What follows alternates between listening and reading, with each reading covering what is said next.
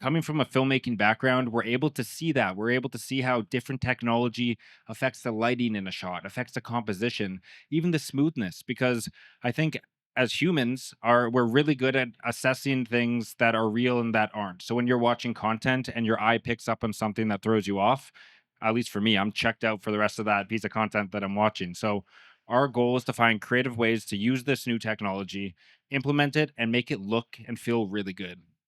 And that's the best way to do it because you really care about how it will impact the storytelling, or it will impact the quality of the visuals.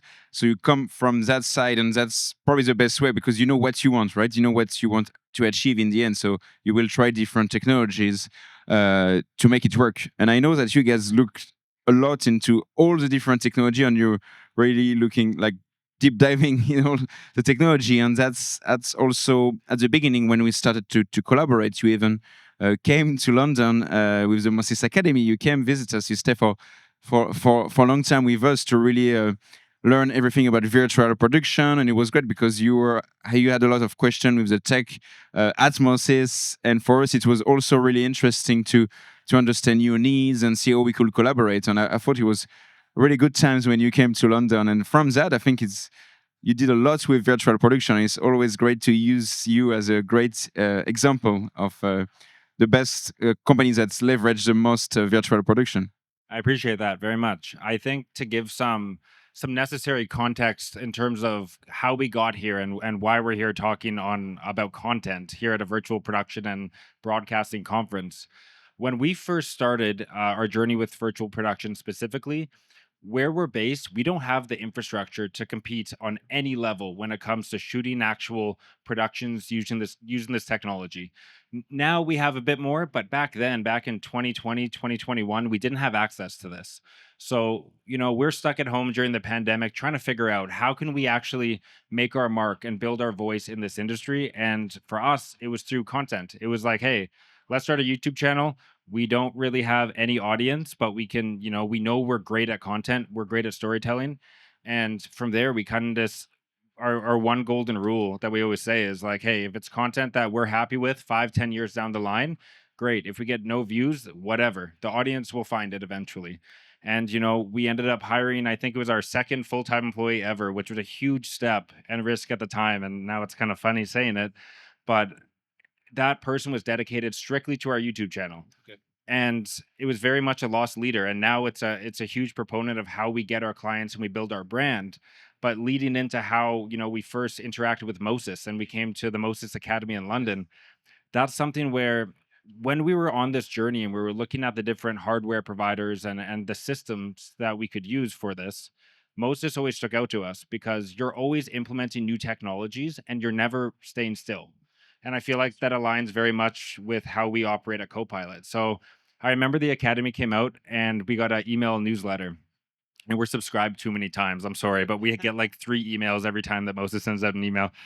Um, so we decided to, rather than just sending one person, we went a full crew of 4 or 5 people. We flew our team, all expenses on us, essentially, to go to the other side of the world to just, really show how committed we are to it, and also just like introduce ourselves and show the type of content that we could do. There was no agreement beforehand between us and Mo-Sys to make content. We showed up with a camera crew and we just filmed everything. We put the edit together, put out the video, and I think it was like a couple hours later, Mikkel calls us immediately. He's like, "Who are you? This video is incredible. How can we work more together?" So I feel like that was the beginning of an awesome friendship. Absolutely. And today, this video is still the most popular on how to use virtual production. And it's great on YouTube to see, like people don't necessarily know about VP, they look about VP, and they see probably your video first and like to understand what is virtual production. I mean, for us, now we know really well what it is, but like for content creators who don't know about it, it's like a step in the unknown. So being able to see, starting from the tracking, having the software in Unreal and all that, it's really important for us. So yeah, it's a good way to also explain, to share your content, actually, to explain to people what is virtual production from the start, from the beginning, right? And you mentioned earlier that we're not staying still. That's true, and it's really good to when there is this, I would say, this synergy between company like yours, because it's really like helping each other in a way that we always have so many ideas, projects, and new technologies. But what we need is content for that, right? Because we can have so many, as you said, like so many technologies. What in the end, what will, I would not just say sell, but make the most use of the technology is the content that is coming from it. So being able to have a company like yours that is always excited in using new technology to make both the workflow more efficient as well, right? We can talk about that, but also make it more exciting for the viewer. For us, it's a perfect match, really. So always great to work with you guys. For sure. And I think what's interesting about creating content, whether it's like commercially on the video production side, where you go to different companies and you learn different processes of worlds that you'd otherwise never touch. So for us, we always kind of pick up a little bit for each project that we shoot and each project that we put out. And what happened over time was we were basically a content company that had a focus on virtual production, new technology, deep tech. And we kind of started to realize that we were collecting a lot of knowledge around specifically virtual production and integration and setting up studios. And we started getting reached out to, it was like once a month. And then after that, it was like once a week. And then now it's like 10 plus times, sometimes a week, just for people looking for help to build their studios to use this technology in their projects. So it's something where I think by doing the content, it allowed us to deeply learn the process. And then now we can, use that as a company to grow and do integrations. And now it's something too where I feel like virtual production's at an interesting point where there are still a lot of studios and, corporations, companies, in-house video production teams that are going to be using virtual. But I do think that, to get more people using it, we need to see more examples from like a creator standpoint, this technology is expensive, but being able to rent LED for a day or go to a studio and know how to utilize or best spend your days is very important. And I also feel like that's why we've been so excited about the StarTracker Mini coming out, because this is something where I feel like having that sort of reliability in a small studio is so important. And I think that's something we have some shots from a project we did, which I think we can go through that um, kind of shows from a smaller standpoint. Absolutely, I couldn't agree more. And exactly like you said, if you, even if you're like a, let's say, independent filmmaker, suddenly you secure a good budget, not necessarily a massive one, you won't necessarily take the risk of going all VP because it's completely new and never used before. Why would I take this risk, right? If you have the chance to experiment it for, I don't know, 1 2 days, even, that's already a lot, and understand, okay, that's what it brings. That's completely rethinking my production. Then you say, okay, maybe with that budget, I can do much more than what I wanted to. But you're not going to experiment during the production. So that you guys have this space to also being able to experiment, being able to fail sometime as well. You need to, because you don't want to do that during the production. So it's probably one of the most important thing in pre-production, and to understand the limits, but also all the benefits of it. I think it's the most important. It would be really cool to see the footage you just mentioned, Yeah. and we can talk over it, because, or we can dub it if you want. Perfect. Yeah, this is a short film we did called Alien, and our goal was to shoot it on our row LED wall in a short period of time. But also, it was a small wall, so you can see the demo here where we have the LED wall, our set piece in the middle, the lights around it, and our goal was how do we blend this together in the most seamless way possible? Again, with a small wall, but also do it from a creator standpoint. So, when we did these BTS videos, we were pretty honest about how much time we were giving ourselves, what our budget was like, and how to do it, in an efficient way, practical way for not just the average studio, team, I guess. Yeah, and I think our goal with this project as a whole was to show that you can pull this off being scrappy. I feel like a lot of times you're trying to get this beautiful polished look by using the best possible technology, these grand setups. This project specifically, we limited our scope. We limited who we could work with. The people that are acting in this, that's my best friend from childhood. I just called in a favor. He was in town visiting for the summer. And it was all in house. We just wanted to show what you can do using it was a smaller wall than this, and we were able to pull off this with, I think we had one major set piece, which was the control panel that you saw, and the rest of it you had to be creative. So before we went into production, what you see on the right side here, we drew out top downs layouts of how we had to set up the camera, the lighting, the DMX triggers, everything beforehand. So it was all rehearsed, and it allowed us to just, on the day of, have fun shooting. But there was constraints because of the actual hardware and the size, but it was so much fun shooting. But like you say, it's all about pre-production. If you know exactly the shots you want and how you want to do it on the day, it can work so well with very little budget actually, which is really exciting about virtual production, I think. And sometimes also you mentioned a wall as big as that, you can do so much with it because there's so much advantages, reflection on our glasses, on the hair. And sometimes people think LED wall is just a massive volume. It doesn't have to be. For car commercial it's great, but for drama, when you just need close up and mid shot with it, it can be also a very small and compact wall, and you can go with set extension and it can work really well. This is really cool. And then I was thinking as well, like, because you mentioned that during the pandemic you started to look into virtual production, and I think that if you are so like successful in using virtual production and having your own workflow, it's also because I think there was no, we could say, rule at the time. It's not that's how you make virtual production. There was none of it, right? It's like a lot of experimentation, but I think that's also the best way of rethinking workflow, and I think it's much needed. And the fact that you were starting in a way from scratch with this new technology allowed you to come up with the best workflow without following, I would say, legacy workflow that we used to in filmmaking. In Yeah, no, StarTracker. actually, it's so accurate, and it's funny. Like, I feel like even just using NAB as an example, like think about NAB prior to the Mandalorian or prior to the pandemic. There would not have been this many LED manufacturers here, right? I mean, it's crazy to think about that. And I remember even the first year after the pandemic, the virtual production was, I think there was only in a couple booths, and now I can't tell you how many LEDs I've seen in different booths, right? Everyone's starting to utilize it because there is a good use case for it, and it's starting to become a lot more standardized. I think that's what it needs to get, more people on board, if that makes sense. Yeah, I agree with that. I think standardization is key, and that's something that I feel like has been a bottleneck since the very beginning of virtual production. Where, just as you said, it's because we didn't have the workflows down pat, we were scrappy. We're like, hey, let's just try this and see if this works. Let's connect these two technologies and see what we can do with it.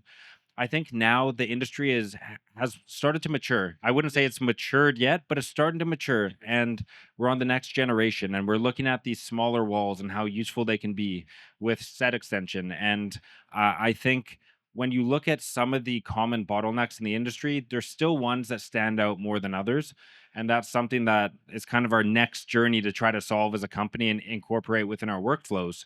First of which is the actual environments that you put on the wall. I think there's been countless times when we're working with our clients building a beautiful LED wall, and we check in with them and they use it for video plates, or they put a photo on there because that's what they know. Yes.